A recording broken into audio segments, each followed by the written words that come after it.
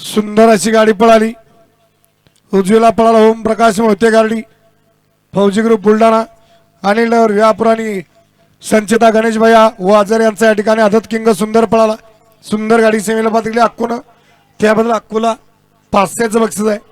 लढत चालू 28 मध्ये. अतिशय सुंदर गट क्रमांक 28चा निकाल.